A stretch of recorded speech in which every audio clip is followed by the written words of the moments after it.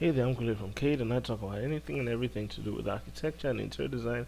And in Cagitator, I go over Autocad commands and tutorials.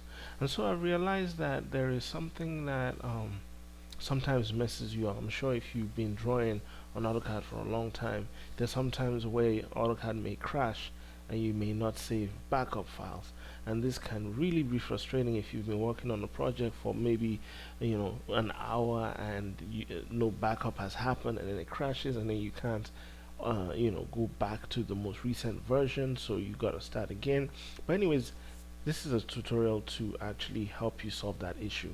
So I'm gonna put it somewhere in the link, somewhere in the comments below, somewhere in the description below where your files are saved. But if you want to do that, for example, I have this beautiful section happening. If I want to save it in, let's say I want to save my drawings every 2 minutes, all I'm gonna do is type save time. Let me type it again, save time. So if I type save time, it's asking me save time. Enter the new value for save time, and it's telling you automatically saved at blah blah. So this right here is where it's usually saved, and it's saving right now. So if I want it to save every 5 minutes, I'll say save time. It'll ask me enter new value for save time. I'll just put 5.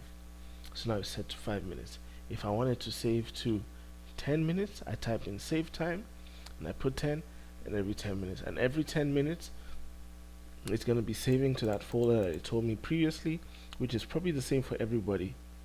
So it should be in your user app local plan, and it will save right there. Simple and straightforward.